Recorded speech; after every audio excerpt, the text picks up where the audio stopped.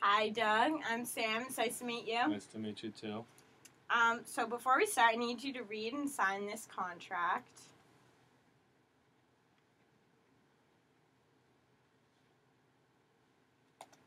Okay, and I just want to go over some of the important parts of this. First is confidentiality. This is being videotaped, but it will be destroyed as soon as I'm done with it, and my professor has seen it. And I am required to share what you tell me if you tell me that you're causing serious harm to young children or the elderly, or that you plan to harm yourself. And I'm a beginning interviewer, so this is not real therapy. So, all set? Good to go. All right. So, what brings you here today? Daddy issues. Would you like to explain what's going on? Well, when I was a kid, I was adopted Mm-hmm. by my aunt. Well, my birth mother didn't want to have kids, and neither did the guy that she was with at the time. And her sister, my adoptive mother, had been trying to have kids for a while. So my aunt asked my mom if she would adopt me, and my mom agreed. Mm-hmm. And my mom went down to California, where I was born, to be with my aunt when she was giving birth to me. And then, as soon as I was born, they flew me back up to Vermont. So I've always been a member of their family. And I never met my birth father. And when I was a kid, I had attachment and abandonment issues. I was violent and kind of not a very good kid, and it's kind of affected all of my life. Mm-hmm. So, what is your relationship with your biological mother? Have you ever... It's very good. I usually see her. I don't think I've ever gone longer than 2 years without seeing her. Mm-hmm. I've been down to visit her a couple of times. She came up for my high school graduation. She'll be here over the summer. We've got a very good relationship. Good. So you're saying that, what's the effect that it's having on you now? Do you think it has an effect on... Not as much as it used to. I mean, when I was a kid, I went through the whole "you're not my real mom" thing that a lot of kids go through who are adopted. And I was kind of angry, I guess. I just didn't really understand why my dad didn't want me. Mm-hmm. But you don't still feel that anger anymore? Not as much. Mm.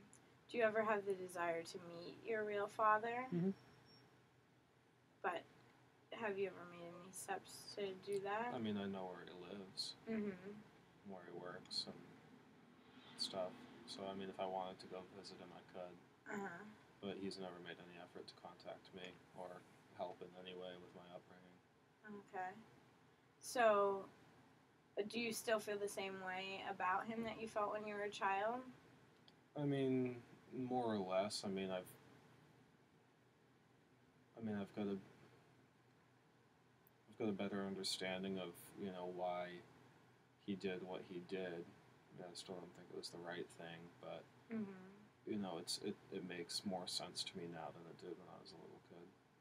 Okay. And what helped you come to that understanding? Just get older. Yeah. So what's the relationship with your adoptive parents? It's very good. Good. I mean, it was shaky when I was younger. I mean, like I said, I'd go through the whole "you're not my real mom" thing. Mm-hmm. My parents hated that. Especially my dad, because my mom, at least, I was adopted to her, but my dad, I have no relation to whatsoever. No blood relation. No blood relation, only legal. Mm-hmm. Because his mom, my adoptive parents' names are the ones on my birth certificate, not the ones on mine. Not your biological. Not my biological parents. So I've always been legally I've always been their child. Mhm. I was never anyone else's. But it was just hard on my mom growing up. You know, she'd cry herself to sleep sometimes when I'd say that stuff. Mhm. What brought you to the understanding that they were, or what brought you to the feeling that they were your parents instead of your biological parents? I mean, I think that I always thought that for the most part, you know, because I never knew anything other than that. Mhm. I just knew that they weren't the ones that gave birth to me. And that stuff really only happened when I was mad at them or something, or when we Yeah. got in fights or arguments. Mhm. Just like regular kid Mhm.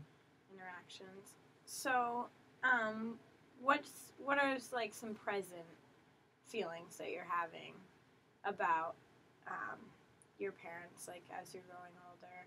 I mean, mostly good. I mean, our relationship now is a lot better than it used to be. You know, Mhm. they're helping me with school, and you know, they're really pushing for me to graduate and do well in life and stuff. So we've got a pretty good relationship. Mhm. You know, I feel obligated at this point to give back to them. You know, when they're older and they need my help. Mhm. Because they've provided for Mhm. you. So, what would you say is the effect on your current relationships? You mean with Yes. attachment issues and stuff? I don't know. I guess it kind of makes me become more committed to a relationship a lot quicker than I probably should. You know, I guess I fall hard for girls, Mhm. you know, a lot faster than I probably should. And are you thinking that these are healthy relationships? No, probably not. I mean, Mhm. because it's usually the girls who are, you know, either have some problem or issue of their own, or just aren't very nice or something. Mhm. And so you've had a lot of negative experiences with girls. Yeah, yeah, I have. Yeah. You want me to talk about them? If you're comfortable talking about them. Well, one of them, uh, she had her first boyfriend when he was 14, and he would make her inject heroin in between her toes so that she wouldn't have track marks, just to keep her pretty. Mhm. He was involved in a lot of shady stuff, and he basically had multiple girlfriends, and she was one of them. And he ended up getting executed. Um, just got caught up with some bad people, and you know that all happened before I came along. You know, so she had a string of bad relationships before me, and then ours wasn't anything special either. Mhm. So you know, she just had a lot more baggage than I did, and you know I wasn't prepared to deal with all of that, and she wasn't prepared to deal with me, and it just kind of ended up blowing up. Mhm. She ended up accusing me of raping her, and I had to get interrogated by the police, Mhm. and it was just a whole mess. And then we kept on having sex after that for a while too. She was just completely insane. Mhm. And you're thinking that this is, while this was happening, were you thinking that you could help her with her issues, or did you want her to help you? I mean, I definitely thought maybe, but she wouldn't. As much as she would ask me to be helped, she wouldn't let herself be helped. Was the problem? Mhm. Yeah, you can't help somebody else. So, in your current relationships, are you feeling like you're moving away from that and starting to learn how to have healthy relationships? Yeah, yeah. I mean, I feel like you have enough relationships that are just horrible. You kind of learn what's bad and what's good in them. Mhm. You know what to look out for. You know what the warning signs are. Yeah. And it just makes it easier to pick one that's not bad for you. So you're feeling like you've learned a lot from your past relationships, and you're ready to move into a new relationship that you have started. Yes. And how is that going? It's good. Good. She's pretty. That's good to hear. So, have you explained your background? Do you feel comfortable telling her about? Mm-hmm. Good. Yeah, she knows everything. Mm-hmm. I don't really have secrets from many people, and least of all her and my parents. Mm-hmm. Actually, my parents don't know that about my ex-girlfriend, but it's probably a good thing to keep it that way. Yeah. So you're feeling like you can share whatever with this new girl.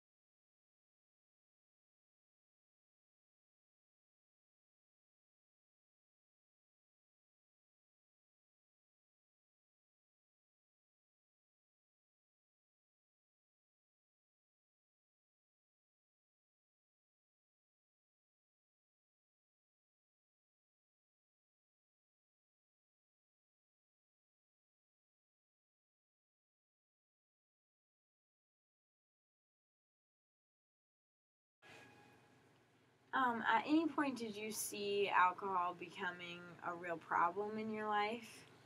I mean, yeah, on my mom's side anyway. I'm not sure about my biological father's side, but both of her parents, my grandmother and my grandfather, were well. My grandmother is an alcoholic, and she just she knows it and just won't do anything about it, and it's just kind of wearing my family thin because we keep having to deal with that. Mm-hmm. You know, putting her in homes. I mean, she's been to the hospital. I think the count's up to like 60 something times in the past 8 years. And my grandfather died when I was 2 or 3. I don't know. I'm the only grandkid who remembers him, and he was an alcoholic, but he had gone to AA, and so he wasn't drinking anymore, but he was smoking, and he ended up dying of lung cancer. So, Mm-hmm.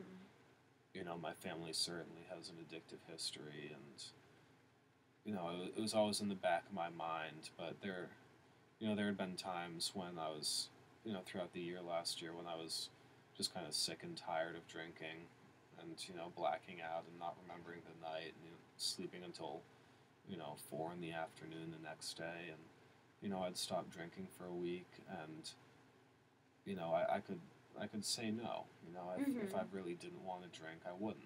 And I could also still have a beer or two with dinner and stop. I wasn't like it was always in the back of my head, but I wasn't ever super concerned about it. Not towards the very end, anyways. Mm-hmm. Um, at that point, I just realized that I needed to. Well, I mean, I was getting out of that house anyways. Um, I was just, yeah, I wasn't ever incredibly worried, but it was definitely a thought in my mind. Yeah, it sounds like you could use your grandparents' situation to as a warning, and Yeah, certainly. were able to control yourself. Mm-hmm. So that's good. So where you had mentioned before that, you these guys that you were living in the house with, didn't have direction, and you didn't want to have that same problem when you were their age. What are you thinking your next steps are? Well, I mean, my current girlfriend's just a little baby. She's only a sophomore, so I'll be, in this area for, the indefinite future. I Mm-hmm. mean, assuming that we stay together, we'll be here for another 2 years, and then, I mean, she's kind of the one with the career plans. She's in a major that, she's in a health sciences major, so she'll go into a career in that field, whereas, I'm a philosophy major, so I have a very open-ended option of what I can do for a Mm-hmm. living. So she can, so we'll just do whatever she wants to. I'm not worried about finding something, Mm-hmm. um, but I just know that I don't want to be stuck in a college town partying with college kids every weekend. So Yeah. as long as I'm not doing that, I'll be happy. Um, but at the same time, you do want to stay here while your girlfriend finishes Well, yeah, college. yeah. And do you think that you'll still be partying with college kids? I mean, a little bit, but I mean, not so much. I'll have friends at wherever I end up working, Mm-hmm. um, I don't even this year. I really don't feel the drive to go out and drink 3 nights out of the week. Mm-hmm. That's I don't. I can go a week, 2 weeks, without having to go to a party and hang out with those people. It just doesn't really appeal to me that much anymore, I guess. Uh-huh. And so you don't think that alcohol will be a problem in the future if you are staying here? I don't think so. It was more of a coping mechanism for dealing with, the condition of the house and the situation I was in. Mm-hmm. And so, I know that the Philip thing happened really recently, and you had mentioned that that night you drank a considerable amount in order to cope with that, and is that still how you are coping with that, or have you found other ways? I mean, with Philip specifically, that was all the coping I ever really did. Mm-hmm. You know, I mean, I vented a little bit to some friends, but other than that, I mean, that was just me dealing with it for myself. You know, that was my method for getting the release that I needed, I guess. And feeling like you could share with your friends while you were intoxicated? No, I drank by myself. It was like I literally drank a fifth and cried myself to sleep. So it was just getting those emotions out so they didn't, burst forth at some other time unexpectedly. So it was more to get in touch with yourself and you were by yourself. Alright. Do you think how you dealt with the death of Philip has anything to do with how you coped as a child? Yeah, I'd say so. I mean, I always bottled things up. I didn't really, because of whenever I was feeling upset or angry or confused or something, that's when I would shut myself off from my parents. That's when, I would tell my mom she wasn't my real mother and all of that stuff. And I'd always, when I was like that, I wouldn't even really talk to Philip. I would just completely retreat into myself and, slam the door and run into the woods. And I think that that's a similar method of dealing with it. It's just all by myself. I think it's just my way of letting it all out. Being able to get away from the problem and the people that are causing it. Yeah. Yeah, or at least just getting my emotions out. Because when I was a kid, it would be violent outbursts, and now, I mean,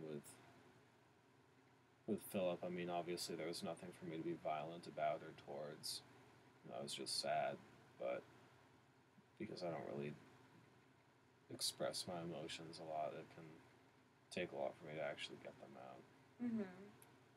And, right now you're expressing that you like to be by yourself when you're going through these emotions, but you also had mentioned that you use relationships to, as your main support system, and that you feel like you need a healthy relationship. So how do those two connect? I think when I was a kid, when I would start to get angry, I would shut myself off from my parents and run away from them because I wouldn't view them as my actual family. They weren't my real parents in my head. But then when I would calm down and wind down, I'd realize that, they were the ones who were always there for me. And I think that as I've matured, I've realized that it's a lot healthier for me to talk to somebody about my problems than it is for me to just get angry or retreat into myself. To just deal with it that way. So you've been able to incorporate your emotions into a healthy relationship and share those with people that you're close to. Yeah. Good. Well, thank you for sharing all of this on your first session. I feel like I've really been able to get to know you a lot better, and we can move forward from here. Not a problem. So thank you. It was nice to meet you. Nice to meet you too.